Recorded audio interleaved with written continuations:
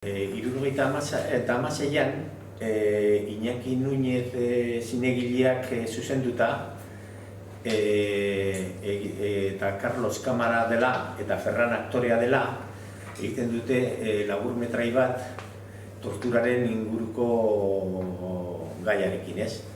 Eta hori aurkezten dute garai hartan oso famatua zen Alemaniako Offenheimer hirian laburmetrai festivala batean.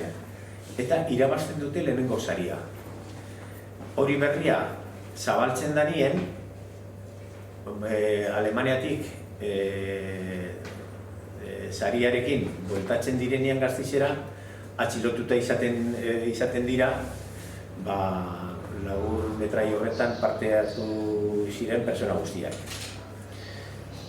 Hori gero leporatu zieten propaganda ilegal eta ez dakiz zer gehiago, baina amnistiaren legearekin hori ezebezetan gelditu zen.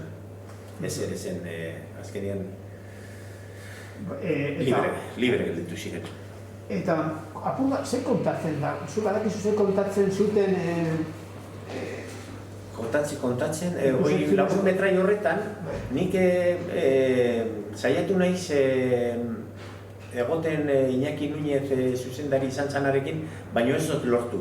Ez dakite kanpoan bizidan edo nire arrebak esan dite uste duela kanpoan bizidala, nire ez dakitela nun.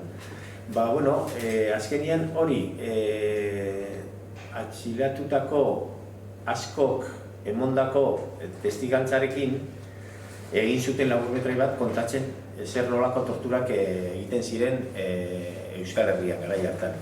Eta hori aktore batzurekin egin zuten laburmetraia egin zuten aktore batzurekin. Eta nik akordatzen naz, nik ikusita dekot laburmetraia eta gehien bat ziren argazkiak eta gero bainerako tortura eta